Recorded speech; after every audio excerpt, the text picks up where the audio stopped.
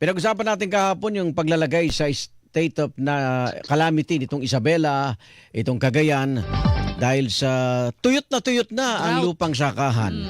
Alamin nga natin kung anong ginagawa ng National Irrigation Administration o NIA para po sa ganitong uri ng problema na taon-taon naman talagang nandyan no?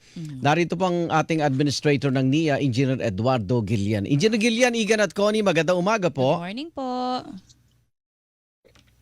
Ay, Ayan, yan ang kunina, naimbagang pigata po. Okay. ayan po. Okay na? Administrator. Engineer, good morning. Okay, okay na Yes, ba? good morning. Ayan, Okay. okay. Update lang kami.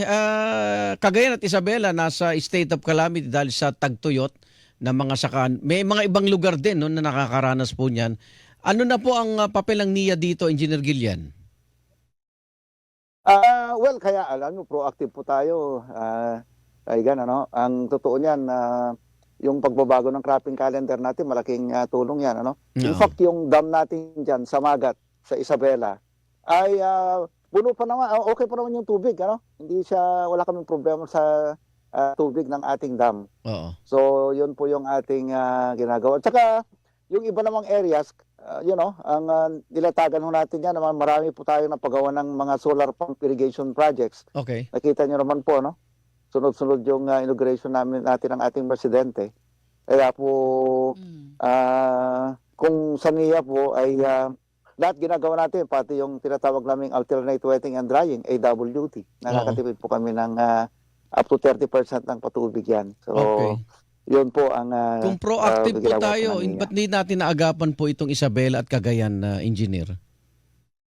Well, ito pong Isabela, nandyan po yung malaking dam natin, Again, inuulit ko yung sakop ng Magat Dam na 90,000 hectares Oo. ay wala pong problema dyan, Igan. Kasi kahapon sabi Kompleto po tayo ng tubig yan. ni Governor Albano, March pa sila Oo. nagdeklara. ang ginagawa nila, yung maraming mga sapa o body of waters, sila nakusa nagukay kasi natabunan na raw po ng iba't ibang development at Crops. iba't ibang mga pananim po, Engineer Guillan.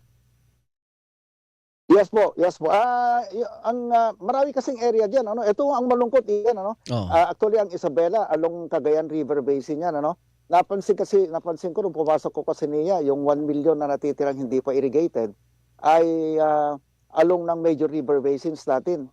Kasi hindi mo basta malagyan po ng dam yan eh. Ang kailangan po diyan talaga yung mga pump irrigation project, yung kuryente, yung diesel. Oo. Pero mahal nga po ang kuryente at diesel, Kaya po nilaunch ng NIA yung itong solar pump irrigations natin Mm-mm.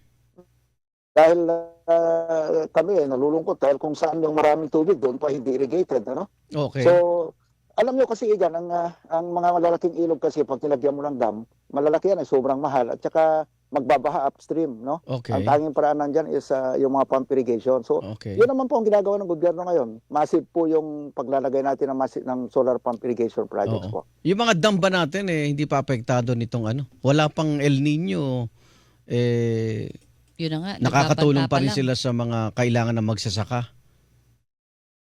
Yes po. Actually, yung pantabangan natin, nakadalawang cropping na nga po kami dyan eh. Di ba? Okay. Nililipat po ng NIA yung cropping natin sa double dry na tinatawag namin. Okay. Dahil po dati, di ba, December ang taniman natin. Oo. Ginawa namin October. Kasi pag October po, yung land soaking na tinatawag, hindi namin binubuksan yung dam natin, Kasi umuulan po ng October eh. So, imbes na nagpapatubig kami, nagkakarga pa kami ng tubig sa dam, Oh, And okay. then mag-ani kami ng February.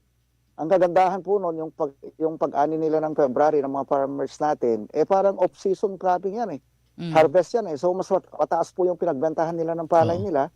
And then quick turn around po kami ng Marso hanggang July na po yun. So, sa yung kabila pantabangan po natin, double cropping na po kami dyan. Okay, sa kabila po na may state of calamity ang Cagayan at Isabela, hindi pa ho umaabot sa mapanganib ang sitwasyon natin, Engineer? O sa mga irrigated areas po natin, okay po ang Okay pa again, sila. inuulit po Okay. ang problema natin yung mga walang irigasyon. Paano Okay. po yung budget yung mga doon? walang irigasyon po. Oo. So yung problema po natin. Kaya may lagi namin panawagan po na sana damihan pa yung mga kasi ang malayo pa pong mas mura ang magtayo ng irigasyon po na solar pump. Ang regular po na irrigation ay umabot po ng 1.6 million per hectare. Okay. Pero kapag solar pump po, 250,000 lang hanggang 500,000 pesos per hektar. Oo. Madali mo pang gawin ang solar pump. At Opo. saka nakakatulong po talaga yan. Nakita nyo yung inaugurate namin ni Presidente sa Kamsur lately, yung dalawang malalaking solar pumps po doon. So doon kayo nakatutok, Yung halos lahat puro solar Diba, pump yung- kayo. Iyon po ang kailangan, sir. Kasi Okay. bukod sa mas mura na yung pagpapa-construct natin, Okay. ay mabilis pa po. Sige. Mhm. Engineer Gillian, balitaan po Salamat tayo po. ha. Thank Ingat you. po kayo. Yes po, Igan. Maraming salamat po, Ma'am Connie. Thank you. Thank you Good po. Engineer Eduardo Gillian, Administrator, National Irrigation Administration. Ayun, solar pump na ang kanilang direksyon dahil Yun nga, mas mahal pagtatayo ng dam. sana yung budget lang talagang maiabatan para Oo nga magawa eh. na. Kasi Agad-agad na. syempre hindi naman yan overnight partner na Oo. magagawa. Kaysa Diba? dumating, wala Matagal-tagal. tayong makain, walang Oo. matanim.